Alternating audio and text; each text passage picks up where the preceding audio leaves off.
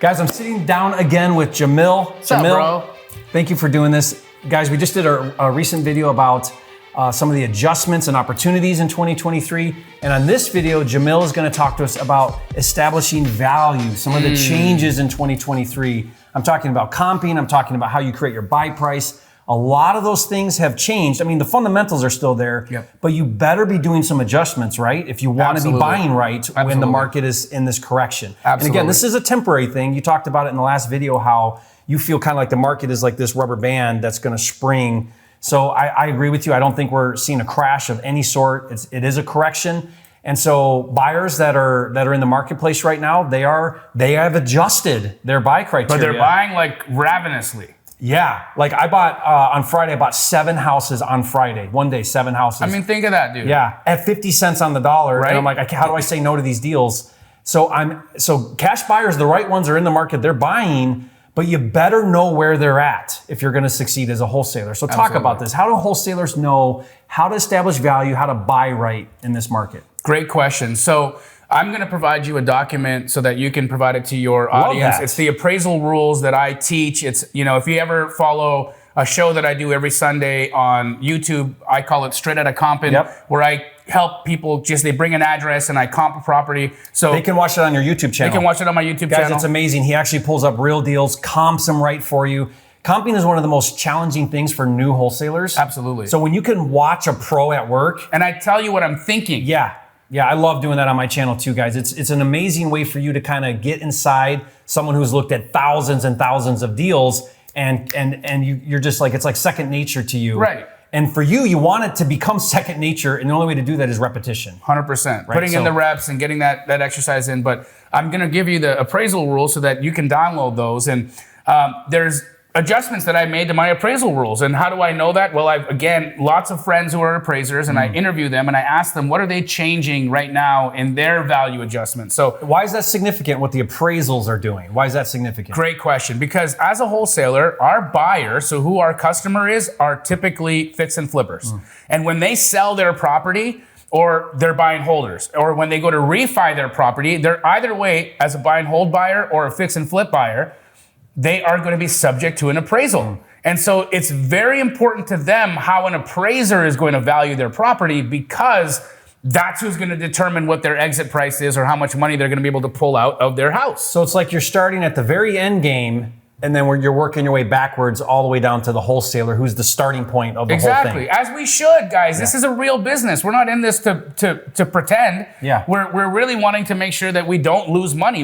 Business people don't do this for fun, and we don't take unnecessary risk. And your buyers aren't going to take unnecessary risks. And really successful wholesalers like Jamil, there's a formula, there's a process, there's a business model. You don't just sling mud every day. You've got a strategy of how you're coming to your offers. Right. And that's important. Very important. So what are some of the adjustments that I've made in my comping right now? Well, I used to use this term where I'd say, hey, you don't really ever want to leave your subdivision when you're, part of my appraisal rules are staying in the same subdivision.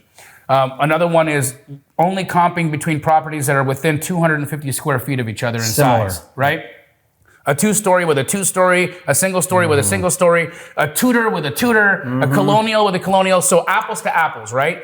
Now, because that's what buyers do. And that's what appraisers do. That's what appraisers do. And the game is that we used to see appraisers travel in time, back in time, before they would leave a subdivision, because the market's been going up. So the way that they looked at it is, hey, I would way rather use a comp that's older than 6 months, maybe even a year old, that's in the same subdivision, because over time our market has been appreciating. So it's still more accurate for me to use a more similar neighborhood comp than it is for me to go out half a mile or change a subdivision and maybe be in a different kind of neighborhood. But we're seeing that change now. That's interesting. So appraisers are now leaving the subdivision to get a comp that's newer, because the market has changed direction. So what's more important to an appraiser now is how recent the comp than how similar the comp is. So that's a piece of advice to take and put into your tool belt right now, is that you actually can go out up to a mile. An appraiser would prefer you stay within a half a mile, but you can go out up to a mile as long as you're in a similar type of subdivision. Now, so even crossing major roads? you can even cross major roads, and I see them do it. I even saw one go across a freeway to get a more recent comp. And when I saw them do that, I thought, wow, this is like breaking all the appraisal rules that I've ever seen. Yeah. But because lenders are so worried about where the market's actually going to land, they don't want to loan more money than necessary. So they want things to come in low in value. Lenders are trying to underappraise, and that makes sense because they want their risk to be minimized. And as you would if you were a lender, right? And so the more recent the sale, the more accurate or the more in line with the current market conditions that comp is. So 90 days, guys. 90 days is the threshold for comps right now. And here's the hard part. You're not going to find a lot of 90-day solds. It's just because the market slowed down, fewer things have traded. And so there's not going to be a ton of comps. Which forces you to spread out a little. Exactly. Anyway. That's why you have to go out. And now that's why they're going out a half a mile, even up to a mile to find the recent comp. Not only that, but those solds now are kind of more like, I call it a baseline. Like I want to kind of create my baseline. But then you're not just looking at solds like we used to. It's not just about solds. What else are you looking at? Now you got to look at pendings. And it used to be where if a wholesaler sent me a pending, I'd say that's a wish, not because it may not close. Because it may not close, and we don't know where it's going to close. But right now, I've seen appraisers use 1 closed and 2 pendings. Isn't that interesting? It's really interesting because it's more accurate data in a correcting market. Correct. And what they'll do is they'll actually call those listing agents and they'll say, hey, can you give me an understanding of is the contract or will this close to list price, or can you share with me any data so that I can be more accurate on my appraisal right now? And it's they can't disclose the contract price, but they'll give them indications. Ballpark, yes. And you can sort of figure it out. So like if it was listed yesterday and it's pending today, it's probably going to be pretty close to list price. Exactly, but Whereas if it's 90 days, it might be longer. Significantly lower than actual list price. For instance, the house that I just bought down the road, appraised in July at $1.5 million. And they had it listed at $1.5 million. They dropped their price to 1.3. I just closed on it a week and a half ago at $950. Yeah. Great deal. I stole that house.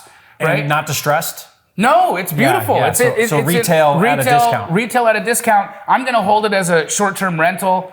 I'm going to probably convert the gym, the garage into a gym and just use it for personal use right down the road, right? Yeah. So it's just, it makes sense for me to purchase it. Great for depreciation, for taxes. But again, you've got to pay attention to your buyers, right? What about actives? How are you looking at actives? Actives are not even, they give you an indication of where pricing may be right now, but appraisers aren't using actives because actives are still hopes and dreams. Yeah. Hey, just a quick thanks to one of our sponsors and we'll get right back to the video. This video is brought to you by PropWire. Now I get asked all the time how to find motivated seller leads, and PropWire is simply the best software for finding leads and downloading lists. And the best part is it's 100% free and there are no limit to how many leads you can download. PropWire has vacant houses, pre-foreclosures, absentee owners, REOs, auctions, high equity properties, probate, tired landlords, and more, plus custom filters and stack lists so that you can laser target the most motivated sellers in your area. Plus they have cash buyers and private lenders nationwide so you can quickly wholesale houses and fund your rehab projects. Oh, and one more thing. This is not some 7-day free trial that requires a credit card. Anyone can create a free account with just their email address and start building lists and downloading leads for free right away. Check it out at joinpropwire.com. Here's where I'm using actives as part of my analysis is if I see homes for sale that are renovated, so ARV homes for sale, and they're the list price, and then I look at days on market, it'll tell me how much of a discount because let's say that the actives are sitting at 90-day-old sold numbers. Well, that's telling you that those houses aren't going to sell at what the old comps were. For that house to now sell, they're going to have to start doing price reductions, which means I better discount some depreciation on my ARV. So exactly. It's you can't use them for anything. Appraisers aren't using them, but it will give you kind of like a snapshot, how much competition, how long are these Because those are flippers that are sitting now. Yep. So when I see these renovated homes that have like 90 days on the market, 120 days on the market, and not selling at price per square foot of 90-day-old solds, that's a problem. Big time. Then you know that you've got to be significantly below in your ARV. I tell people that's this. Listed at. I say if there's 9 flips on the market, and let's say I buy this one, or my buyer buys this one, fixes it up, and let's say he adds number 10 on the market. Well, he doesn't want to sit with those other 9. He can't be priced at those other 9. He's got to be priced $50,000, $75,000 or whatever under them, so that he can sell quickly. Exactly. So now his ARV is not going to equal what the actives are. He's got to be under. Right. And that, when I flip, that's how I'm kind of looking at that now. I'm taking that into consideration. You should be, because if you don't, that's where you will lose money. Because you don't want to sit and compete with the other 9. You want to sell. With holding costs and all of the things, a fix and flip buyer's game is time. Time and quality, right? You're always trying to do great quality, but you're trying to get it done in as fast as possible, and you need to sell as fast as possible because you're in short-term loans on those deals. And those high-interest short-term loans, they're great for investors, but they can really take away all the profit. Yeah. If you're not really intentional about how you're purchasing your deal. One more thing I like to look at, Jamil, is, you know how like on Redfin and Realtor.com, all of them, they'll give you like the month-over-month kind of market cycle. Right. So it'll tell you like year over year from the previous, and like Redfin's really great is I'll look at that graph and like everything peaked at July because everyone's closing out those deals, right? From when the rates went up. And then you kind of see this. Well, some markets it's kind of flat. Other markets you see this big swing. Yep. And I'm looking at that and I'm going, well, if that downward cycle continues, and if I'm a flipper and I buy it and I'm not on the and I'm on the market 4 months down the road, if that graph kind of continues, am I anticipating more of that correction on my ARV number? Right, and you almost want to extrapolate down so that you can meet it to where the demand will be. You'll never know for sure. No, but you can be somewhat accurate. You can at least know where it's trending. Exactly. So like, for example, I looked at a deal the other day and it was Tampa, and Tampa, it kind of did a little dip, like from July, August, September, but then October, November were flat. Yeah. So I'm looking at that going, stabilized. Maybe it's sort of stable. Now it could still drop, but at least I'm using some kind of data in my analysis, something to help me. Beyond that, Tampa has a lot of other really strong indicators, right? Migration is great there. Boomers are all going there. Yeah, it's a red state. It's still the median price point for a house is still relatively below the national average. And so there's just so much positive. The jobs reports, like it's got so much strong economic data. The income tax in Florida is non-existent. It's just, there's a lot of demand, right? There's a lot of reasons why people want to live in Florida, and Texas is a really great market for that too. And so as a flipper, I've seen a lot of people, a lot of rehabbers leave markets like Arizona and go to Tampa or Oklahoma City or wherever. Just get to more stabilized markets because their money is safer there for the time being while they wait and see what's going on in other places. But what I love about you, Jamil, is I have a lot of wholesalers tell me, well, I'm just a wholesaler. I don't care about any of this stuff. But you do care because if you don't understand your buyer and what your cash buyer and how they're looking at data, how they're making adjustments, how they're buying. If you don't closely resemble what they're doing, then you're always going to be you're always going to be canceling contracts and missing the mark. It's a selfish approach because if you listen, where business thrives is when interests are aligned, right? My buyers need to believe that I care about their success as much as they do. They have to. And if they feel like I don't care about their success, they will go find somebody who does. That's the bottom line. The best wholesalers understand how the flippers are thinking right now. And care. And care. And care about how they're feeling. It's not just about putting your mind in their mind, it's putting your heart in their heart. Bottom line is, guys, there's families attached to those people. Those businesses have actual human consequences, right? I don't want to see anybody get hurt. I don't want to see anybody lose their shirt or go out of business or get into a bad deal that I put them in. Yeah. That would be the worst thing. Like, I don't ever want to wake up with that kind of energy hanging around my life, right? Yeah. So the way I see it is that if I would buy this house, then I'll present the house. If I wouldn't buy this house, I'm not going to present the house. Bottom line. It's a great way to look at it. Because it's not that, to me, this isn't something I'd put my money in, then I'm not going to put your money in that. So then if that's your mindset, then when your buyer says that's not a deal, your very next question is why? Help me understand. How are you looking at it? How can I bring you a deal that is what you need and want right now so that you're successful? Exactly. Or the other question is, where does it need to be for it to be a deal for you? Because look, this house I already have under contract. And if you like the neighborhood and you like everything other than the price, let me go to work for you. Yeah. Look, my cash buyers, they know I make assignment fees. They know I'll make $10,000 or $15,000 in a house. They don't begrudge me that ever.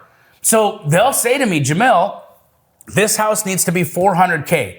Right now, you're trying to sell it to me at $4.25. It's not going to work at $4.25. It needs to be $400. So what does that tell me? I got to go renegotiate this down to $390 so that I can make a deal happen here. That brings my value to the table because now my cash buyer is happy to be doing business with me because I'm going off and doing work for them. And I'm providing the value that they need. And I'm putting my interests where their interests are.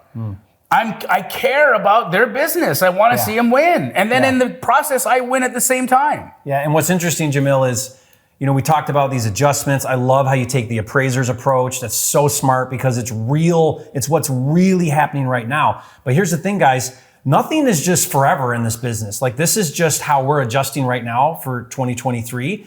Let's say interest rates drop drastically next month. They don't even need to drop drastically. As soon as they get to 5.5, we're in it's a back game on. whirlwind. Yeah. But the point is everything we're talking about right now will be relevant at some point in the future. Maybe next year or who knows when. But the point is this is why you need to follow Jamil or latch on to someone that you resonate with that's in the business, in the trenches.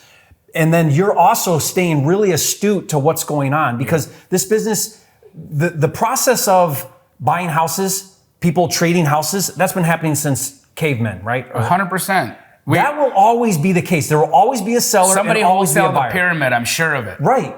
How we do it is constantly changing and fluctuating based on what the market's giving us. Yes. And that's, I hope the big takeaway you take from this is, what is Jamil doing right now in his business to adjust how he establishes value? What is Jerry doing?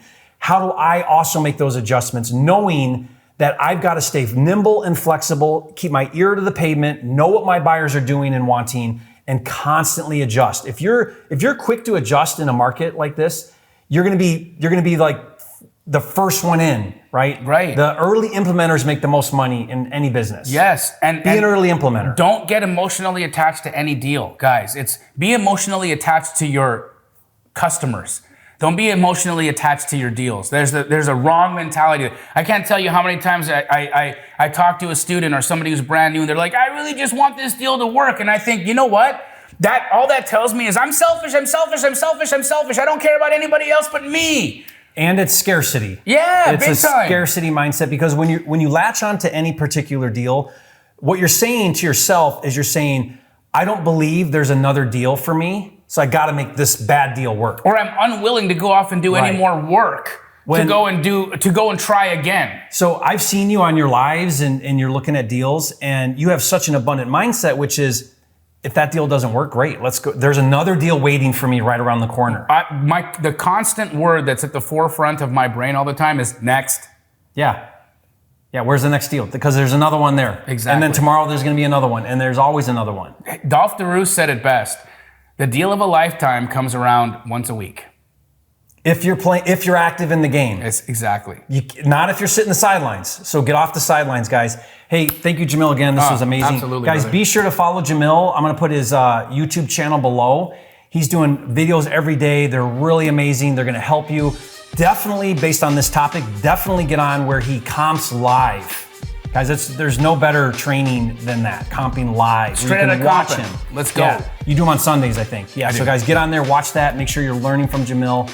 And again, download the appraisal rules. He's gonna have that document in his description. We'll put a link there so you can follow those, and that'll have to get updated because those will change over time. But for right now, that's what you want to be following. Thanks again, guys. We'll see you on the next video. Thanks again.